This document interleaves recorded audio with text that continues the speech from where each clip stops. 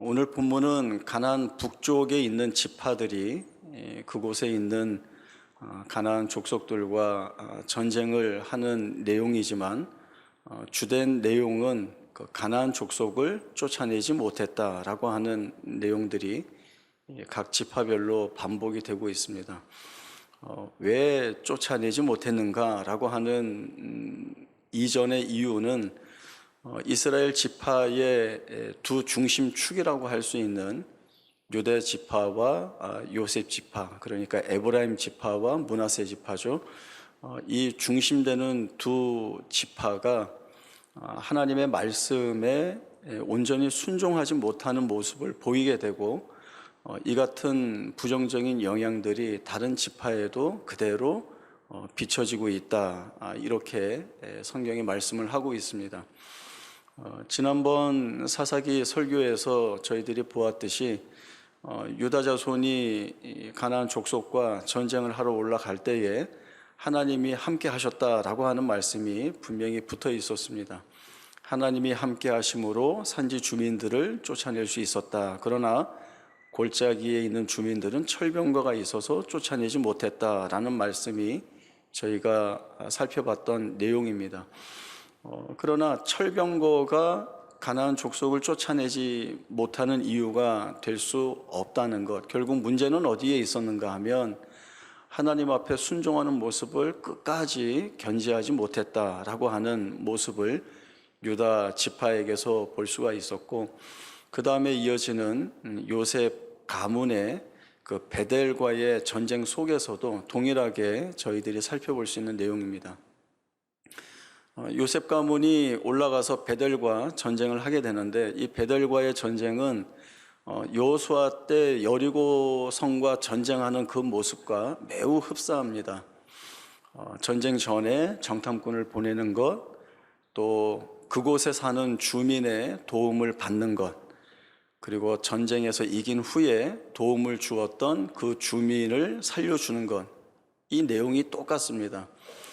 그러나 여리고 성과 또 이 요셉의 베델 전쟁은 어떻게 보면 그 결이 좀 다르다는 것들을 저희들이 볼 수가 있는데, 여리고 성과 전쟁할 때 라합이라고 하는 한 여인이 등장을 하게 됩니다. 이 라합은 하나님께서 이스라엘을 위하여 어떠한 역사를 행하셨는지, 그리고 그 하나님이 여기까지 이스라엘 백성들을 어떻게 인도해 오셨는지, 이 하나님이야말로 정말 온 천지 우주 만물의 진정한 하나님이시다라고 하는 고백을 합니다. 이 라합의 고백은 죽을 수밖에 없는 자가 하나님을 온전히 붙들 때에 구원받을 수 있다라고 하는 긍정적인 면이 많이 부각이 되는데, 그러나 요셉 가문이 베델과의 전쟁은 오히려 긍정적인 면보다는 부정적인 면이 더 부각되는 모양으로 드러나고 있습니다. 어떤 면에서 부정적인가 하면 베델 사람이 어떻게 했다가 아니라 요셉 가문이 어떻게 했는가라고 하는 부분이 더 부정적인 면이 부각이 됩니다. 왜냐하면 이 요셉 가문이 베델과의 전쟁을 준비하는 가운데 그 베델에 사는 한 주민에게 제안을 합니다. 너희가 들어오고 나가는 문이 어디냐? 만약에 너가 그것을 우리에게 알려주면 우리가 너희를 선대하겠다라고 하는 이러한 언약을 맺게 됩니다. 그러나 저희가 잘 알고 있듯이 하나님은 이스라엘 백성들에게 가나안 족속과 그 어떤 언약도 하지 말라는 명령을 이미 여러 차례 주셨습니다. 신명기 7장 1절에서 11절까지의 말씀을 보겠습니다. 내 하나님 여호와께서 너를 인도하사 내가 가서 차지할 땅으로 들이시고 내 앞에서 여러 민족 헷 족속과 기르가스 족속과 아모리 족속과 가나안 족속과 브리스 족속과 히위 족속과 여부수 족속 곧 너보다 많고 힘이 센 7 족속을 쫓아내실 때에 내 하나님 여호와께서 그들을 내게 넘겨 내게 치게 하시리니 그때에 너는 그들을 진멸할 것이라. 그들과 어떤 언약도 하지 말 것이요 그들을 불쌍히 여기지도 말 것이며 또 그들과 혼인하지도 말지니 내 딸을 그들의 아들에게 주지 말 것이요 그들의 딸도 내 며느리로 삼지 말 것은 그가 내 아들을 유혹하여 그가 여호와를 떠나고 다른 신들을 섬기게 하므로 여호와께서 너에게 진노하사 갑자기 너희를 멸하실 것임이니라. 오직 너희가 그들에게 행할 것은 이러하니 그들의 제단을 헐며 주상을 깨뜨리며 아세라 목상을 찍으며 조각한 우상들을 불살할 것이니라. 너는 여호와 내 하나님의 성민이라. 내 하나님 여호와께서 지상 만민 중에서 너를 자기 기업의 백성으로 택하셨나니 여호와께서 너희를 기뻐하시고 너희를 택하심은 너희가 다른 민족보다 수요가 많기 때문이 아니니라. 너희는 오히려 모든 민족 중에 가장 적으니라. 여호와께서 다만 너희를 사랑하심으로 말미암아 또는 너희의 조상들에게 하신 맹세를 지키라 하심으로 말미암아 자기의 권능의 손으로 너희를 인도하여 내시되 너희를 그 종되었던 집에서 애굽 왕 바로의 손에서 속량하셨나니 그런즉 너는 알라. 오직 내 하나님 여호와는 하나님이시요 신실하신 하나님이시라. 그를 사랑하고 그의 계명을 지키는 자에게는 천대까지 그의 언약을 이행하시며 인애를 베푸시되 그를 미워하는 자에게는 당장에 보응하여 멸하시나니 여호와는 자기를 미워하는 자에게 지체하지 아니하시고 당장에 그에게 보응하시느니라. 그런즉 너는 오늘 내가 네게 명하는 명령과 규례와 법도를 지켜 행할지니라. 아멘. 하나님은 이스라엘 백성들에게 주시는 명령, 가나안 족속과 어떠한 언약도 맺지 말라라고 하는 말씀을 주십니다. 그리고 그들의 자녀들과 혼인하지도 말라는 말씀을 주십니다. 이런 명령을 주시는 이유는 거룩한 하나님의 백성인 너희가 가나안 족속들과 섞이게 될 때에 너희는 변질될 것이다 라고 하는 것입니다. 그 변질될 때 드러나는 것은 하나님을 버리고 우상들을 쫓아갈 것이다 라고 하는 말씀입니다. 그러나 여기가 대단히 어려운 것은 가나안 족속이 이스라엘 백성들을 변질시키는 것처럼 보이지만 사실은 이스라엘 백성들이 자신들이 하나님 앞에 성민임을 잊어버리고 또 여기까지 인도해 오시고 약속의 땅을 주시겠다라고 말씀하시는 하나님을 스스로 버리고 자기들이 좋아하는 대로 자기 생각에 마음이 가는 대로 갔다는 것입니다. 이것이 이스라엘 백성들이 자초한 변질이라고 말할 수 있습니다. 자기들이 원하는 것을 얻고 또 그렇게만 될 수 있다면 하나님이 주신 명령 또 하나님과 맺은 언약은 우리가 가벼이 여길 수 있다, 아무렇지도 않게 여길 수 있다라고 하는 것이 이스라엘 백성들이 이 사사시대에 들어와서 갖게 된 마음인 것입니다.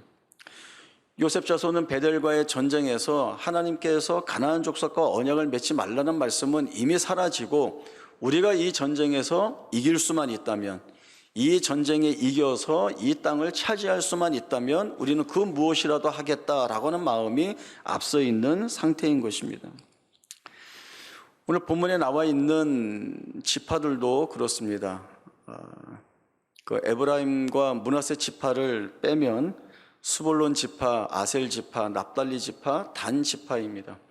이들이 가나안 족속을 쫓아내지 못한 데에는 이유가 있습니다. 그것은 그들을 통하여서 얻게 되는 노역, 그 노역으로 인하여서 얻게 되는 막대한 경제적인 부와 이익, 이런 것들이 많이 있기 때문에 가나안 족속을 일부러 쫓아내어서 그들로부터 얻을 수 있는 좋은 것들을 놓치게 되는, 벌 수 없는, 손해보는 그런 입장을 취하지 않겠다라고 하는 마음들이 있는 겁니다.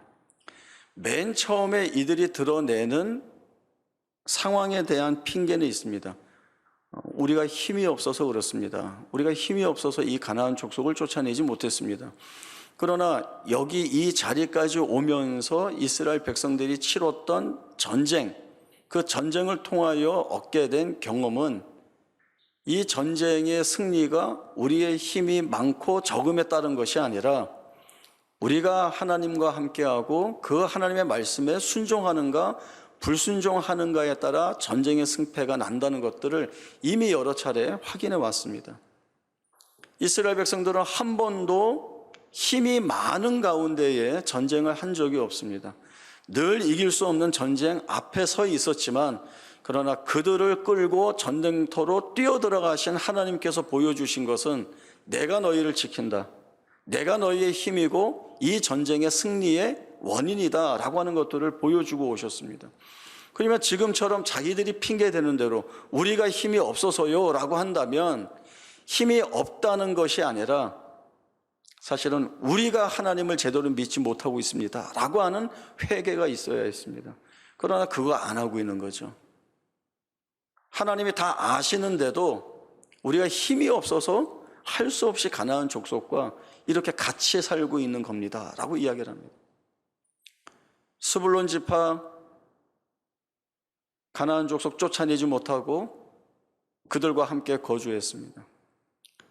아셀 지파와 납달리 지파는 상황이 더 안 좋습니다. 쫓아내지 못했지만 그들과 같이 있는 것이 아니라 그들 가운데 들어가서 살았습니다.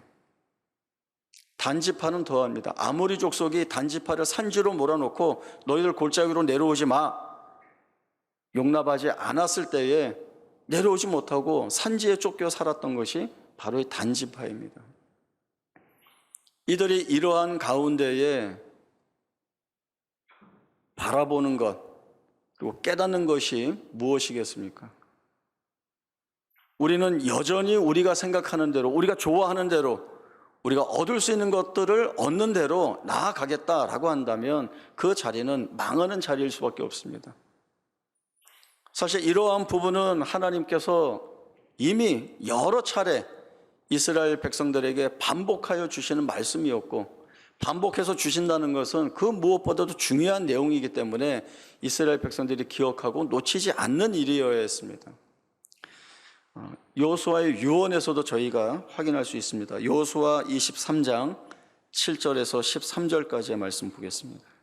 너희 중에 남아있는 이 민족들 중에 들어가지 말라. 그들의 신들의 이름을 부르지 말라. 그것들을 가리켜 맹세하지 말라.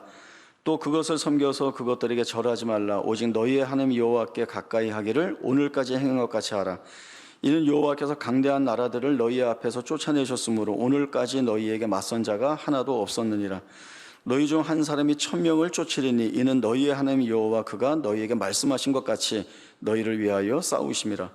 그러므로 스스로 조심하여 너희의 하나님 여호와를 사랑하라. 너희가 만일 돌아서서 너희 중에 남아있는 이 민족들을 가까이 하여 더불어 혼인하며 서로 왕래하면 확실히 알라.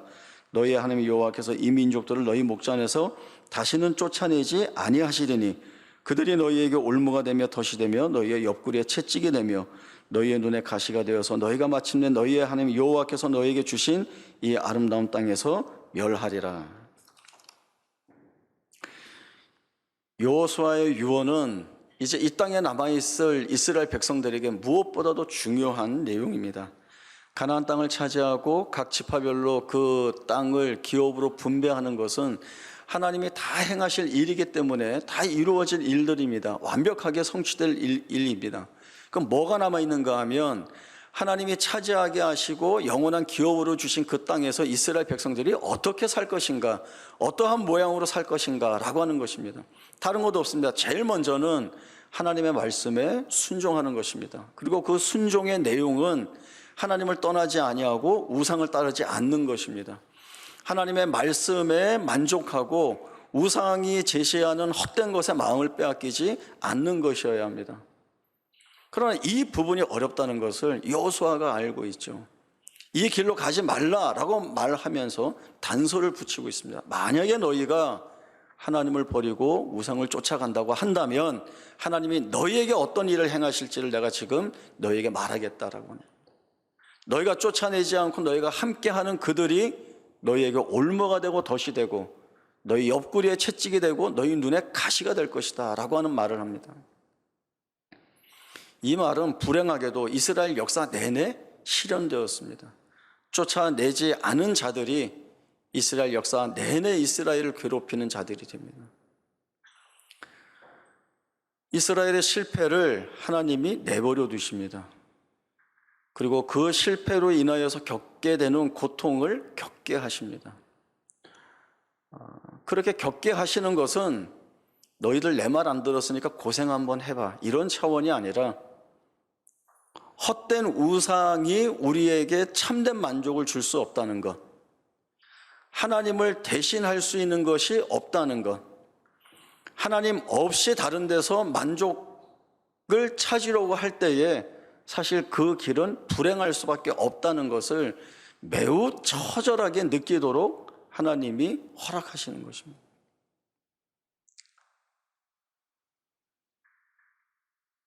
사사기의 역사가 바로 이 이야기를 하고 있습니다.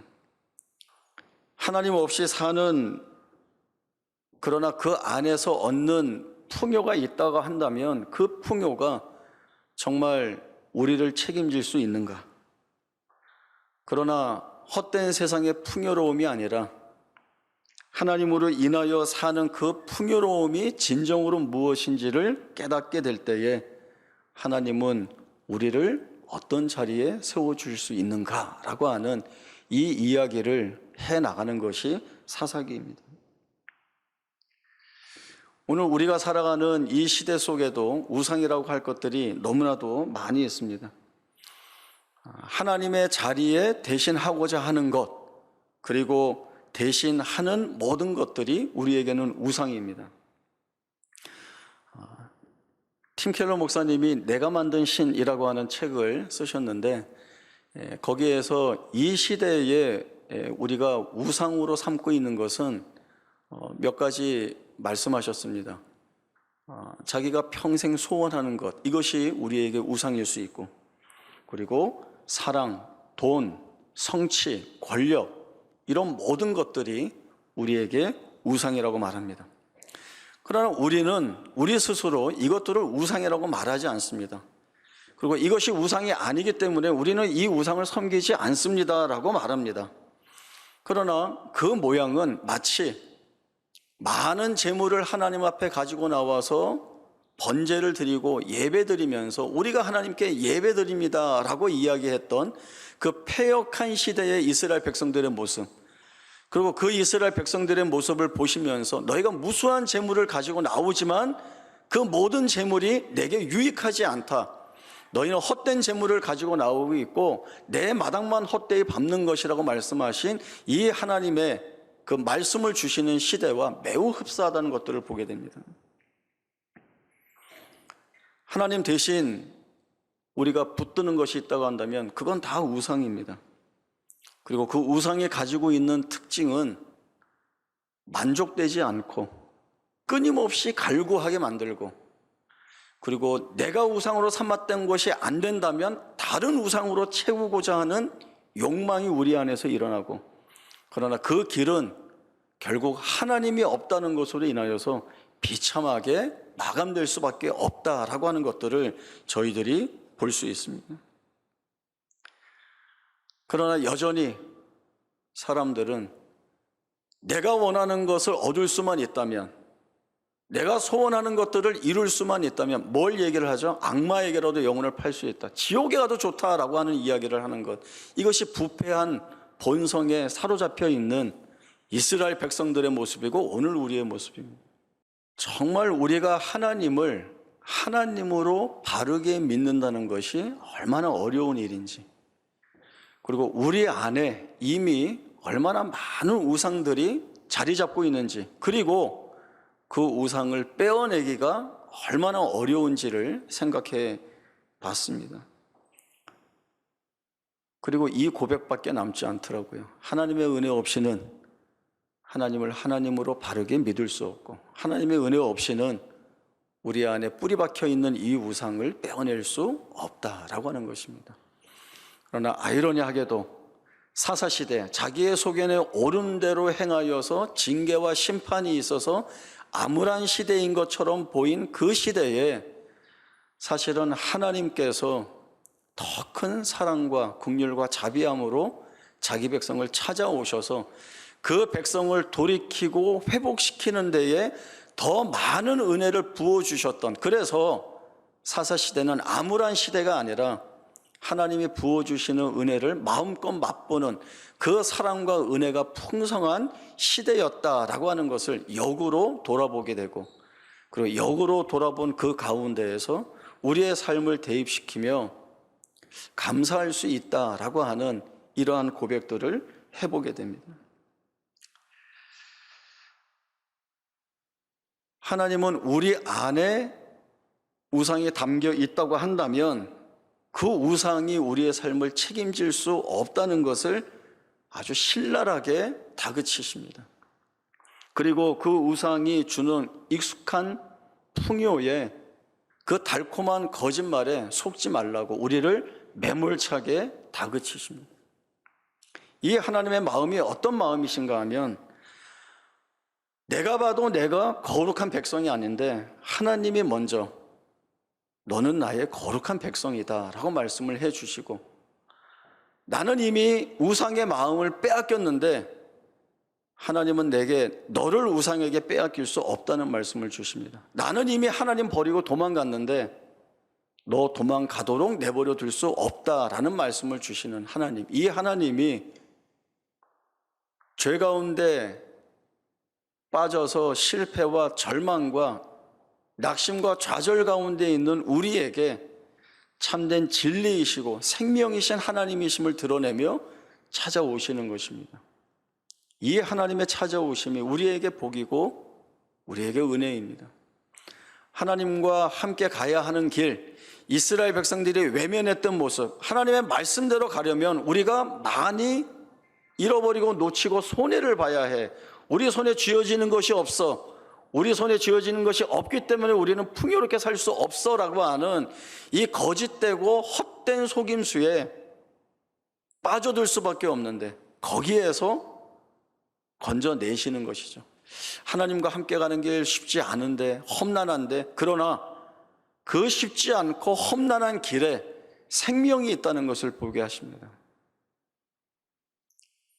결국 우상을 쫓아가면 망하여 죽을 수밖에 없지만, 하나님을 쫓아오는 길이 험난하고 거칠고 가기가 쉽지 않은 길이지만, 그러나 여기에 생명이 있다는 거죠. 광야에 길을 내시고 광야에 물을 내시고 사막에 샘을 솟게 하시는, 없는 것을 있게 하시고 죽은 자를 살리시는 하나님께서 우리에게 주실 일들이 무엇일까라고 하면 답은 분명합니다. 하나님 우리에게 생명 주시는 하나님이십니다. 하나님의 영광을 우리의 생애에 부어주시는 하나님이십니다.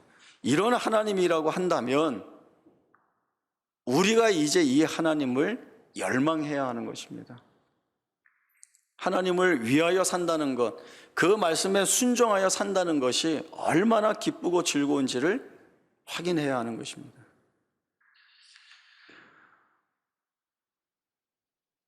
애굽에 있어도 뭐라고 했죠? 우리가 애굽에 있을 때 고기가마 곁에 있을 때 우리가 얼마나 잘 먹고 잘 쉬고 잘 놀았는데, 가나안 땅이 어떤 땅입니까? 젖과 꿀이 흐르는 땅이고 모든 것이 넉넉하고 풍요로운 땅입니다. 가나안 땅을 정탐했던 이 정탐꾼들이 포도송이를 어깨에 메고 와야 될 정도로 실제적으로 모든 것들이 풍성했던 곳입니다. 여기에서 우리 잘 살아야 돼라고 하는 것이, 하나님 없이 잘 살 것인가, 하나님으로 인하여 잘 살 것인가 라고 하는 이 선택의 기로에 이스라엘 백성들은 불행한 선택을 했던 것입니다. 오늘 이 질문이 하나님이 오늘 우리에게 묻고 계시는 것이죠. 헛된 우상이 약속하는 것을 너희의 마음에 두겠느냐? 나와 같이 가면 고생길인데 그래도 내 길을 가겠느냐라고 하는, 그러나 그 고생길이라고 하는 것들이 사실은 우리의 모든 것들을 만족해 하고 우리 안에 참된 소망을 불러일으키고 실제적으로 하나님이 우리의 삶 가운데 부어주시는 복을 누리고 은혜를 확인하는 것이라는 것들을 우리에게 보여주심으로 인하여서 우리가 하나님 편에 서는 것이 얼마나 감사했던 것인지, 이 하나님이 우리를 붙들고 계시는 것이 우리에게는 얼마나 큰 복인지를 보게 하십니다. 질문하시고 답을 주셨지만, 그리고 질문하고 답을 주셨기 때문에 쉽게 쫓아갈 수 있는 것 같지만, 그러나 우리 안에 있는 우상들을 다 내려놔야 쫓아갈 수 있는 길입니다.